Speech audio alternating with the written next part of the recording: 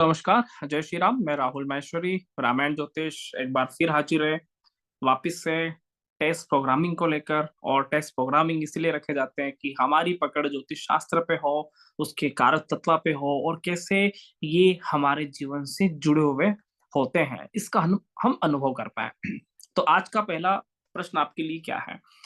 तो आज का प्रश्न ये है कि correct grammatical pronunciation is related to which planet? कौन सा ग्रह शुद्ध व्याकरण और उच्चारण से संबंध रखता है?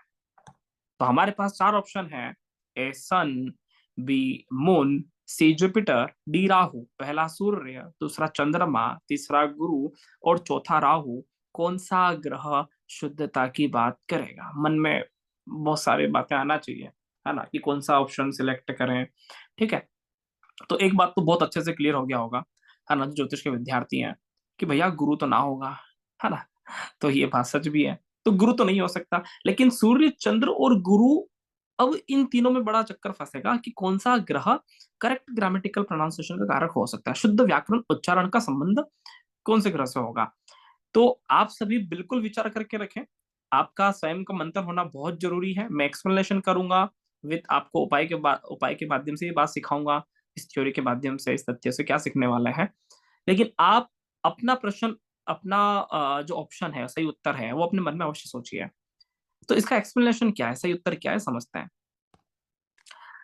इसका सही उत्तर है, शुद्धता की बात जब भी आएगी तो हमेशा गुरु ही कारक ग्रह रहेगा। गुरु हमेशा शुद्ध है। अब चाहे शुद्ध भोजन हो, शुद्ध हवा हो, पवित्र आत्मा हो, गुरु का अर्थ ही शुद्धता है। अतः शुद्ध उच्चारण और व्याकरण का कारक गुरु कहलाता है। ये दिख रहा है, शुद्ध उच्चारण और व्याकरण का कारक गुरु गुरु कहलाता है। ठीक है, यहाँ पे एक बात हो गया। यहाँ पे मैंने नीचे एक और फैक्टर लिख दिया, हालांकि। ठीक है ना, व्याकरण का कारक चंद्रमा भी होता है। ठीक है, तो इस एक्सप्लेनेशन से आपको दो ग्रह के नाम दिखे हैं। अब यहाँ पे सही उत्तर कौन सा हो सकता है? क्या हम चंद्रमा की तरफ चलें या हम गुरु की तरफ चलें? किसके तरफ हमें बढ़ना है? तो थोड़ा सा इन दोनों ग्रह के माध्यम से हमें ज्योतिष के छोटे छोटे कारक का समझना बहुत जरूरी है। तो चंद्रमा क्या है? चंद्रमा किसी भी तरह से हर वो व्याकरण, हर वो ग्रामर, जैसे संस्कृत में हलंत विसर्ग होते हैं, हिंदी में, है ना, काल होते हैं, उपमा होती है, अलंकार होते हैं, टेंस होते हैं। चाहे टेंस हो, चाहे उपमा हो, चाहे अलंकार हो, चाहे छंद हो, चाहे सोटे हो, दोहे हो, किसी भी तरह की व्याकरण का प्रयोग जब भी हो रहा है, किसी भी तरह की ग्रामर, चाहे उच्चतम ग्रामर हो, कोई भी बढ़िया से बढ़िया स्पेशल ग्रामर हो, किसी भी तरह की ग्रामर का प्रयोग जब भी हो रहा है, तो उसका कारक सिर्फ और सिर्फ क्या है? उसका कारक सिर्फ और सिर्फ चंद्रमा है। चंद्रमा हर तरह की ग्रामर है, हर तरह की ग्रामर चंद्रमा है। लेकिन शुद्ध उच्चारण और व्याकरण गुरु है। ग्रामर चंद्रमा है, उस ग्रामर का सही तरह से प्रयोग करना और सही तरह से उच्चारण करने का कारक गुरु है। इसी बात को ऋषि मुनि बहुत अलग तरह से एक्सप्लेन करे हैं कि ऋषि मुनि क्या बोले हैं कि गुरु कहाँ पे उच्च का?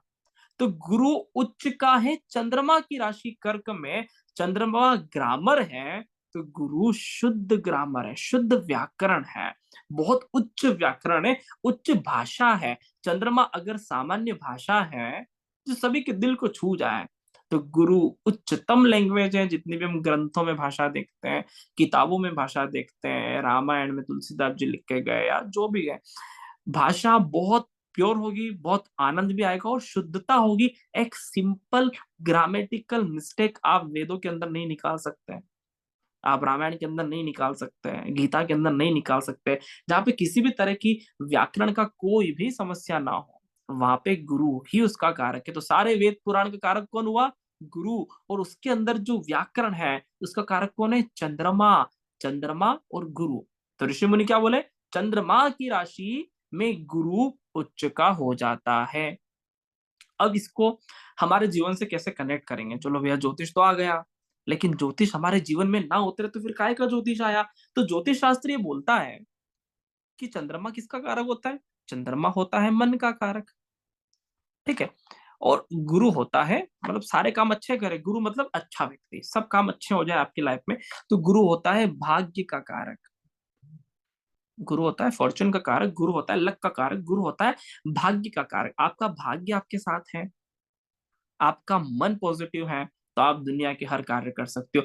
अब आपसे कोई पूछे कि मुझे मेरा भाग्य बलवान करना है, मुझे मेरा मन बहुत अच्छा रखना है, तो उसकी पहली कड़ी कहाँ से निकल के आ रही है? उसका पहला कड़ी निकल के आ रहा है कि आपको अपनी भाषा में शुद्ध व्याकरण का प्रयोग करना है और शुद्धता से शब्दों को बोलना है और एकदम गुरु वाले उच्च श्रेणी के शब्द बोलना है। चंद्रमा हर तरह के शब्द है, वो गुरु उच्च श्रेणी के शब्द है ना। अपने दुश्मन को भी तू तकार करके बात नहीं करता, शुद्धता की बात करता है।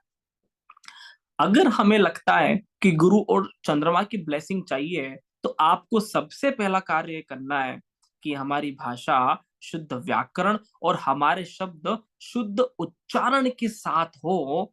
अगर ये स्थिति बन जाएगी तो आपके अंदर चंद्रमा और गुरु की ब्लेसिंग है। और आपको एक बहुत आश्चर्यजनक तथ्य बताता हूँ, जीवन में व्यक्ति की लड़ाई किससे होती है? तो अधिकतर लड़ाई का कारण, बहुत सारे कारण हो सकते हैं, व्यक्ति अच्छा है बुरा है, बहुत सारे कारण हो सकते हैं, लेकिन इसकी कारण की जब वृद्धि हो जाती है ना लड़ाई का, तो लड़ाई की वृद्धि तब होती है जब व्यक्ति की भाषा का कमांड नहीं रहता।